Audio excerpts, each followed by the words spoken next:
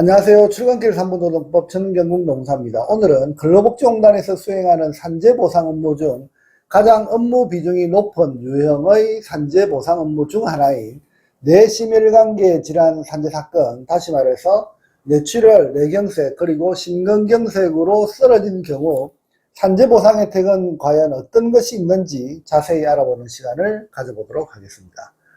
제가 근로복지공단에서 12년간 근무하면서 뇌심혈관계 질환으로 쓰러져서 어려움에 처하신 분 또는 그 가족분들과 상담하다 보면 산재로 인정받기 위해 산재 신청을 준비하시면서도 어떤 산재 보상 혜택을 받을 수 있는지 모르시는 분들이 많았습니다. 그래서 향후 산재 승인을 받게 되면 이러한 혜택들을 정부로부터 받게 된다고 설명드리면 그때서야 꼭 산재 승인을 받고 싶다고 하시는 분들을 마주했던 그 기억들이 많이 납니다.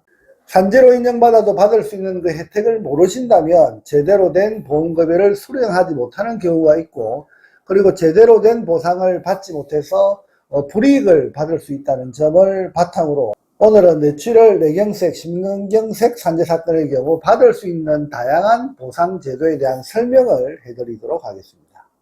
첫째, 휴업급여 혜택을 받을 수 있습니다. 휴업급여는 산재로 치료받고 있는 기간 동안 받을 수 있는 산재보상 제도입니다. 받을 수 있는 그 기간은 산재근로자가 병원에 입원하고 있는 그 기간뿐만 아니라 통원하고 있는 기간에도 취업치료가 불가능하다라고 판단하는 경우에는 휴업급여를 받을 수 있습니다.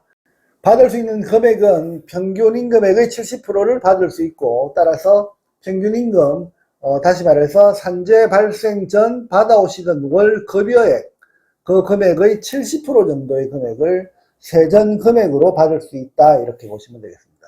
예를 들어 연봉이 6천만 원인 산재 근로자가 1년간 요양한다면 4,200만 원 정도의 휴업급여를 받을 수 있다, 이렇게 보시면 되겠습니다.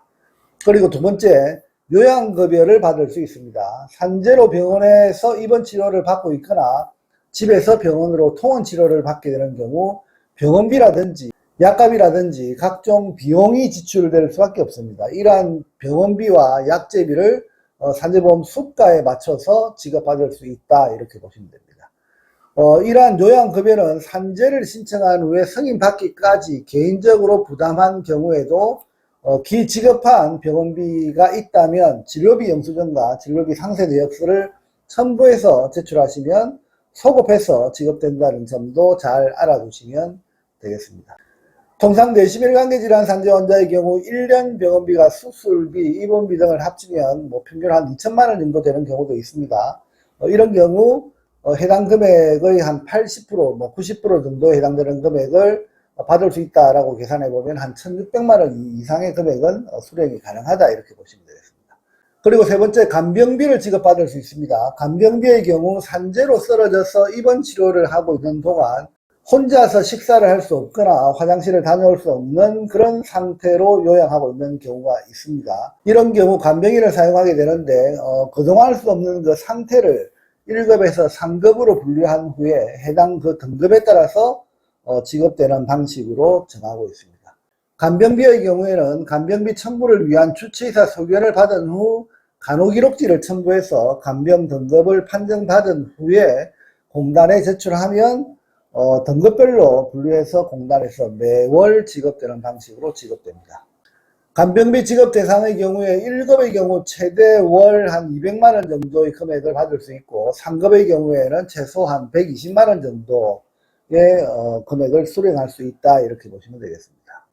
그리고 네 번째, 장애급여를 지급받을 수 있습니다. 장애급여는 치료가 모두 끝난 후 지급받는다는 점을 잘 체크하셔야 합니다. 간혹 요양기간 중에 장애급여는 언제 신청해야 되는지, 치료기간이 한 6개월 정도 넘었는데 장애급여 신청을 해야 되지 않는가, 이렇게 물어보시는 분들도 많습니다. 하지만 장애급여는 앞서 설명드린 요양기간이 종료한 날 이후, 다시 말해서 치료가 모두 끝나고 정상이 이제 고정되어져 있는 그 시점에 청구가 가능하니까 산재치료 과정에서 가장 나중에 청구하는 그런 절차다라고 하는 점을 알아두시면 되겠습니다.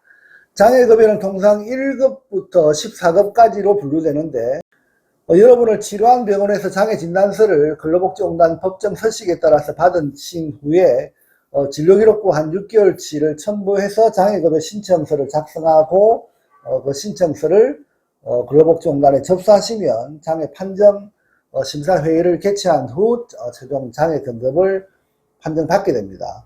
장애급여는 1급의 경우에는 장애보상 1시급으로 계산해서 최고 보상 금액을 기준으로 한번 산정해 보면 약 3억 7천만 원 상당 금액이 나오고, 그리고 7급의 경우에는 장애보상 1시급으로 계산했을 경우에 최고 보상 금액으로 산정해 보면 최대한 1억 5천 정도의 금액으로 산정됩니다.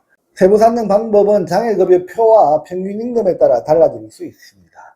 다섯 번째, 이송비와 교통비 등 각종 비용을 청구할 수가 있습니다. 산재 관련 청구 비용 중 병원에서 병원으로 이송이 필요해서 구급차를 이용하거나 각종 교통수단을 이용한 경우 이송비를 청구할 수 있고, 그리고 통원 치료 과정에서 왕복 교통비가 지출된 경우 해당 영수증을 첨부해서 교통비 청구도 가능합니다.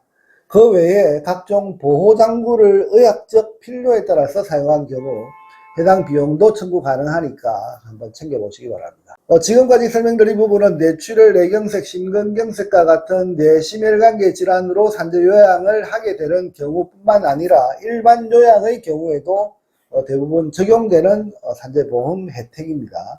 요양의 상태에 따라 다소 차이는 발생할 수 있지만 기본적으로 수령할 수 있는 산재보험의 유형을 설명드린 내용이니까 한번 챙겨보시면 많은 도움이 되실 것으로 생각됩니다. 이처럼 다양한 산재보상 금액을 정확히 그리고 제대로 수령하기 위해서는 우선 산업재해로 인정을 받아야 하고, 인정받은 후에도 빠짐없이 제대로 수령이 가능한지 여부를 확인해야 하기 때문에 가능하다면 산재전문노무사의 도움을 받아서 한번 진행해 보시는 것도 필요하다는 점을 강조드리면서 오늘의 주제 설명을 마치도록 하겠습니다. 감사합니다.